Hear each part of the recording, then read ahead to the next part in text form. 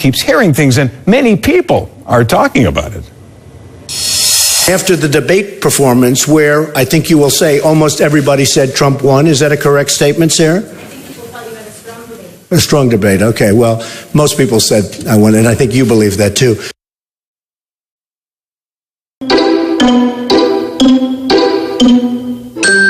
Everybody said I won the debate. A lot of people said I won, and I'm very happy about that. It's always nice to hear that, but many of your cohorts have said I won this debate. They say I'm setting records with men. And right now we have a lot of people, and a lot of people think he may have led this attack. That are being hit are not ISIS strongholds. And these I'm are hearing areas that are propping up Assad. They right, believe. and I'm hearing that, and I hear they're hitting both, but I'm hearing that. People are saying, many people are saying, Trump is right. He's absolutely right about NATO. Problem in this country, it's called Muslims. We know our current president is one. Right. You know he's not even an American. We're going to be looking at a lot of different things, and a lot of people are saying that, and a lot of people are saying that bad things are happening out there. There are a lot of people that think maybe he doesn't want to get it. A lot of people think maybe he doesn't want to know about it. I would listen to the generals, but I'm hearing numbers of 20 to 30,000. A lot of people are saying they'll have the highest ratings. Bernie's still out there. He's still out there. Bernie is out there. And I'm hearing we're going to pick up a lot of Bernie supporters. I'm hearing we're going to get close to 40% of his supporters. So the question is, who are the some people, the many people Trump keeps talking about? Do they tell the truth, or do they even matter? We're joined by Glenn Kessler, the fact checker at the Washington Post. Thanks so much for being with us. Let me ask you, first of all, at a very basic level, you check into political leaders and what they're saying every day. How trustworthy, how truthful does Donald Trump tend to be? Well, Donald Trump has earned more for Pinocchio ratings, which is our worst rating, than any politician that I've covered in the last 6 years. And in fact, the percentage of For Pinocchio ratings he gets is off the charts. It's about 65% of the claims that we've looked at have earned For Pinocchios. Generally, in general terms, your average politician gets between 15 to 20% For Pinocchios. So he's basically at 3 times the general average. And sometimes he doesn't even seem to want to suggest that what he's saying is true. He refers to some people or many people as if to signal that it's hearsay, but then he repeats the hearsay anyway. How many people do that? Well, it's rather unusual for a politician, in particular one that's running to be president of the United States. And you're right, that locution, many people say, allows him to inject into the mainstream conversation things that would ordinarily be dismissed as conspiracy theories.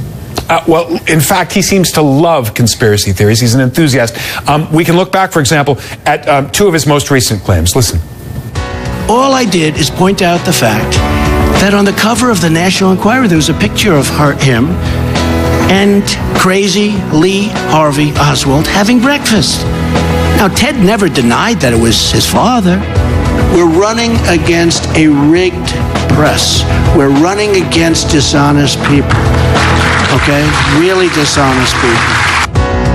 And here, this tweet. Many people are saying that the Iranians killed the scientist who helped the U.S. because of Hillary Clinton's hacked emails. You looked into these theories. Is there anything to them? No, both of these are crazy, frankly. The thing involving Ted Cruz's father, he said Ted Cruz never denied that. Actually, Ted Cruz denied it repeatedly over and over again, and all sorts of photo experts who looked at the photograph said that was not Ted Cruz's father. In the case of Iran and the defector, I documented how that Iranian defector, his name, his image, what he had done for the United States, had all been widely publicized in the American media on the front page of the Washington Post and New York Times well before Hillary Clinton received 2 cryptic emails that didn't even mention the name of the defector. So it's, as I wrote in my piece, all Donald Trump had to do was check the newspaper clips before he went off on a conspiracy theory. Glenn Kessler of the Washington Post. We're grateful. Many people say it. You're welcome. In our tweets of the week, Trump's favorite phrase, many people are saying. SD2000 depicts Trump as a baby, tweeting, many people are saying Donald Trump is afraid of a debate, referring to Trump's refusal so far to commit to any of the 3 scheduled presidential debates against Clinton. Wes Morton tweets, many people are saying Trump never actually says anything when he speaks. Don't know if that's true, but people say it. And Manny Savatsian revisits Trump's Time magazine photo shoot last year with an aggressive bald eagle, tweeting, many people are saying that bald eagles can sense evil and stupidity. Snap. A strange scene on the campaign this week. A Clinton rally gets a guest it didn't want. Whoa, this is fabulous. Thank you. Clinton took the stage in Kissimmee, Florida, not far from the site of the worst mass shooting in American history. 49 people killed at an Orlando nightclub in June. And I know how many people, family members, loved ones, and friends are still grieving. And just behind her, the man in the red cap and mustache, Sadiq Mateen, the father of the Orlando shooter. Clinton is good for the United States versus Donald Trump. Mateen says he was invited to the Clinton rally, but Clinton's people say not by them. At one of his rallies, Trump tore into Clinton about it. Wasn't it terrible? Not knowing apparently who was behind him.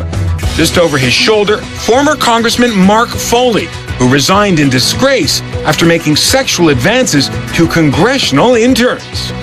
There was other trouble for Clinton this week, also lurking in the background. Those emails. They're back.